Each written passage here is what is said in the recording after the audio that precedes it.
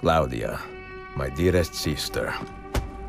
I have been in Acre a week now, safe and in high spirits, but prepared for the worst. The men and women who have fed and sheltered me here also give me warning that the road to Masyaf is overrun by mercenaries and bandits, not native to this land.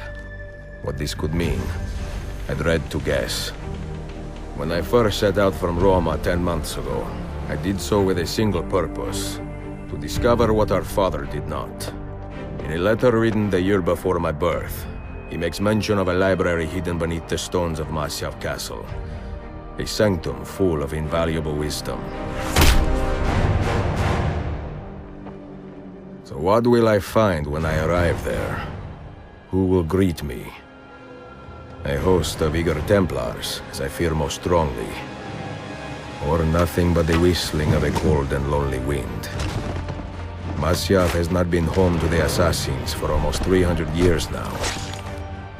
Can we still claim it for our own? Are we welcome there? I am wary of this fight, Claudia.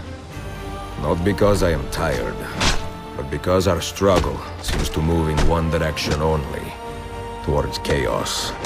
Today, I have more questions than answers. This is why I've come so far. To find clarity. To find the wisdom left behind by the great Altair. So that I may better understand the purpose of our fight. And my place in it.